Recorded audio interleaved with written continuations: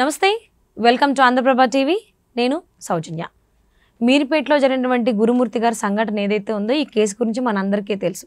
But లీగల్గా మనం చూసుకున్నట్లయితే గురుమూర్తి గారి మీద ఎటువంటి సెక్షన్స్లో కేసు ఫైల్ చేశారు, శిక్షకు సంబంధించి కూడా మనం మాట్లాడుకున్నట్లయితే ఎంత త్వరగా పడేటువంటి అవకాశం ఉంది ఏంటి, ఈ అంశానికి సంబంధించి ఎన్నో విషయాలను మనకు తెలియచేయడానికి ఈరోజు మనతో పాటు ఉన్నారు అడ్వకేట్ లక్ష్మి కట్ట ఉన్నారు. వారితో మాట్లాడదాం. నమస్తే లక్ష్మి. ఈ రకంగా మిమ్మల్ని కలుస్తానని నేను ఎక్స్పెక్ట్ చేయలేదు. కైండ్ ఆఫ్ ఒక సాడ్ థింగే మీర్పేట్ కేసుకు సంబంధించి మీతో మాట్లాడడం అనేది. అంటే గురుమూర్తి గారు చేసినటువంటి పని ఏదైతే ఉందో అసలు తీసుకోవడానికి కూడా చాలా ఆయన గురుమూర్తి గారు అనడము, తర్వాత ఇంకొకటి ఏంటంటే ఒక మనిషి అని ప్రొనౌన్సియేషన్ చేయడం కూడా ఎందుకో అది యాక్సెప్టబుల్, మనసు అంగీకరించట్లేదు. బట్ వర్క్ వైజ్ జనరల్గా యాక్చువల్లీ యాజ్ అడ్వకేట్ నా కేసులు కాకపోయినా కోర్టులో కూర్చున్నప్పుడు లేకపోతే పోలీస్ స్టేషన్కి వెళ్ళినప్పుడు చాలా బ్రూటల్ మర్డర్స్ చేసేది, ఆ రకరకాల విధంగా మనుషుల్ని చంపేయడము, కక్షతోటి ఒక 50 పోట్లు పొడి చేయడము, ఇట్లా కళ్ళు తీసేయడం, ఇలాంటివి చూస్తుంటాం. కానీ ఇంత అది అసలు నిన్న సిబి సుధీర్ బాబు గారు కూడా అదే అసలు నేను చెప్పలేకపోతున్నాను. అసలు మనము ఒక ఈవెన్ నాన్ వెజిటేరియన్ తిన్నా కూడా చాలామంది ఏంటంటే అది కట్ చేస్తున్నప్పుడు కానీ దాన్ని కుక్ చేస్తున్నప్పుడు కానీ కూడా అంటే దాన్ని మనము కర్రీ మేక్ చేస్తున్నప్పుడు కానీ చూస్తే కూడా తినరు. ఈవెన్ బలిచ్చే ముందు కూడా మనకు ఒక సంప్రదాయం ఉంటది, అది చూడరు. అది చాలా మంది చూడరు, అంటే ఏదో కొంతమంది చేస్తారు కానీ చూడరు. సో అలాంటిది అసలు ఏంటది, ఒక సభ్య సమాజంలో మనుషుల మధ్యన ఉంటూ ఒక ఇంట్లో కింద మనుషులు ఉన్నారు, పైన మనుషులు ఉన్నారు, ఎంత క్రూయల్ ఇది అసలు ఒకసారి తలుచుకుంటేనే భయం వేస్తుంటుంది. ఎందుకంటే ఒక యాక్సిడెంట్ అయిన పర్సన్ని లేకపోతే ఒక డ్రెస్సింగ్ చేస్తున్న పర్సన్ని అంటే ఊండ్స్ ఉన్న వాళ్ళని చూడాలంటేనే చాలామంది కళ్ళు తిరుగుతాయి. సో అట్లాంటిది అసలు ఎలా కట్ చేశాడు, ఎలా బాయిల్ చేశాడు, ఎలా దాన్ని ఎట్లా అంటే ఒక సూప్లా చేసేసాడు. అసలు అంటే ఎన్ని రోజుల నుంచి గురుమూర్తికి ప్లాన్ ఉందో నాకు అర్థం కావట్లేదు. సో లీగల్ వైజ్ చట్ట ప్రకారం చూసుకుంటే గురుమూర్తి పైన ఎన్ని కైండ్ ఆఫ్ సెక్షన్స్ పెట్టి కేసు ఫైల్ చేసి ఉంటుంది? మర్డర్ ఎలా చేసినా కూడా ఒకటే మర్డర్ అమ్మా. అంటే ఎంత క్రూయల్గా చేశాడు, బ్రూటల్గా చేశాడు అనేది కాదండి. ఇలాంటి దాంట్లో ఏంటంటే చాలా ఫాస్ట్గా ఉరిశిక్షలు పడాలనేసి as a human being, as a women నేను కూడా కోరుకుంటున్నాను. ఎందుకంటే ఎక్కడ కూడా క్షమాభిక్ష పెట్టడానికి లేదు. అసలు నిజంగానే కొన్ని జంగిల్ లాస్ అని ఉంటాయి, అంటే ఏది చేస్తే దానికి రివర్స్ చేయాలని, అది జంగిల్ లాస్ అంటారు. అంటే అడవి సాంప్రదాయం, అంటే నరికిందని నరకాలి, కొరికిందని కొరకాలి.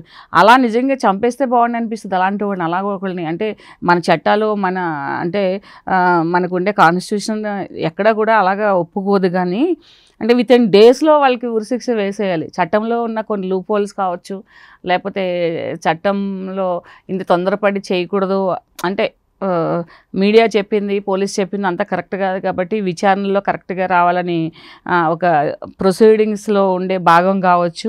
లేట్ కావాలి కానీ వాడికి అసలు ఎక్కువ రోజులు టైం కూడా ఇవ్వకూడదు, ఆలోచించుకునే టైం కూడా ఇవ్వకూడదు. అంటే అసలు గురుమూర్తికి తొందరలోనే శిక్ష పడుతుంది అనుకోవచ్చా?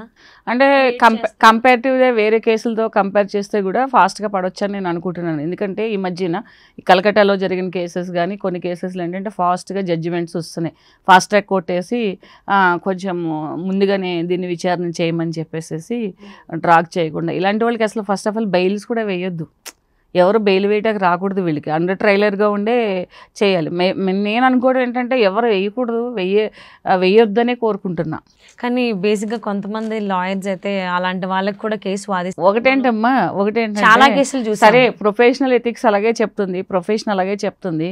ఎందుకంటే ఎంత 100 మందిని చంపేసినడికైనా బెయిల్ వేసి బయటకు వచ్చి వాడిని సంస్కారవంతుడిగా చేయాలి అనేసి ఒకటి ఉంటుంది. అది యాజ్ ఫర్ జ్యుడిషియల్గా, as for law and order system ప్రకారం ఓకే.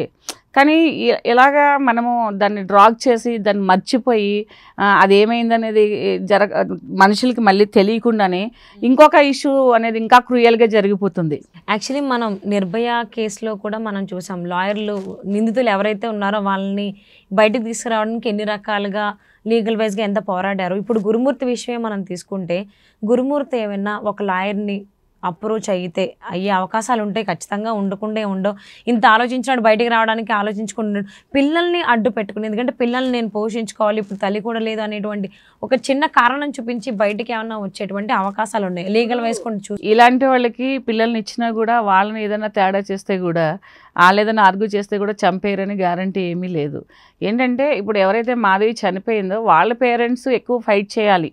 పోలీస్తో పాటు వాళ్ళు ఏం చేయాలంటే ఎక్కువ ఫైట్ చేయవలసిన అవసరం ఉంటుంది.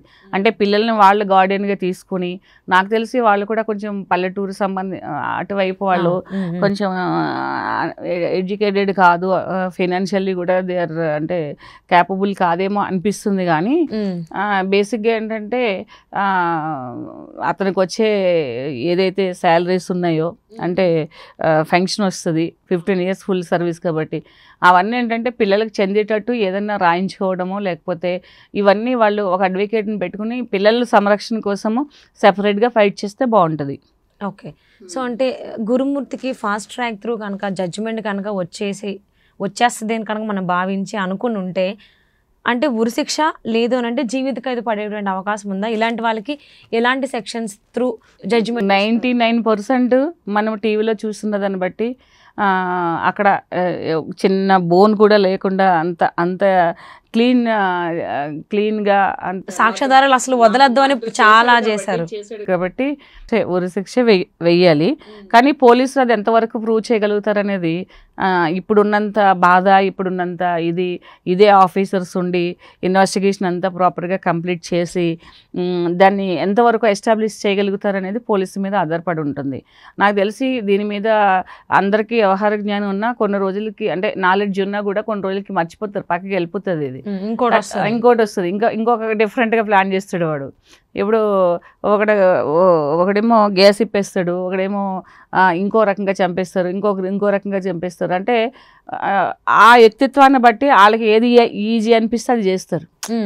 బెంగళూరులోకి అతను ముక్కల కింద కట్ చేసి సూట్ కేసులో పెట్టుకుని వెళ్ళిపోయాడు.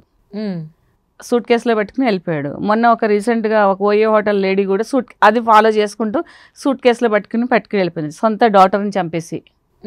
ఓయో హోటల్ తీసుకెళ్ళదు, హస్బెండ్ వైఫ్ రిలేషన్షిప్. అంటే ఒకటి చూసి ఒకటి ఫాలో చేస్తూ ఉంటారు. ఇంకా ముందు ఏం చేయాలంటే చంపేసి వండుకుని తినేశారు, లేకపోతే వాళ్ళని సూప్ చేసుకుని కాల్ చేసి తాగేశారు. ఇలాంటి విషయాలు కూడా వినవలసి వస్తుందేమన్నంత భయంకరంగా మనుషులు తయారవుతున్నారు. అవును. సో ఏదేమైనా కానీ గురుమూర్తికి అయితే యాజ్ ఎర్లీ యాజ్ పాసిబుల్ మీరు అన్నట్టు ఫాస్ట్ ట్రాక్ కోర్టులో అయినా కానీ ఆయనకు శిక్ష పడేలాగా తొందరగా తీర్పుని ఇవ్వాలని చెప్పి ఆశిద్దామండి.